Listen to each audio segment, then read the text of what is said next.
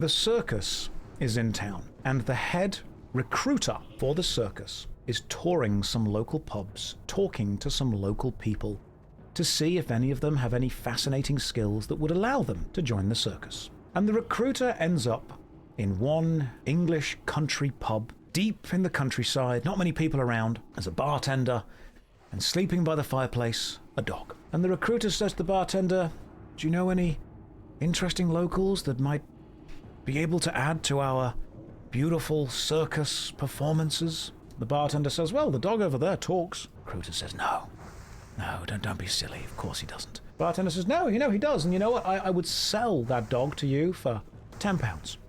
The recruiter says, "Don't be foolish. Of course he doesn't talk. A talking dog would be worth far more than that." The bartender says, "Give it a go. Go and have a chat."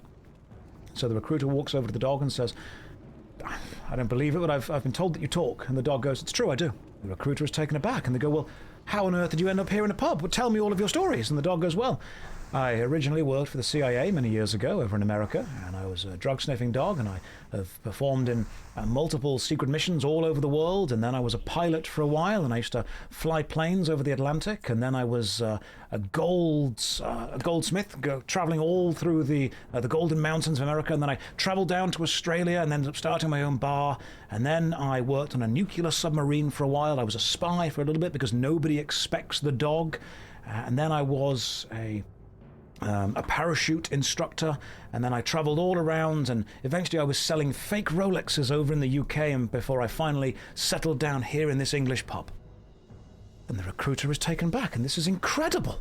The life this dog has had is fascinating.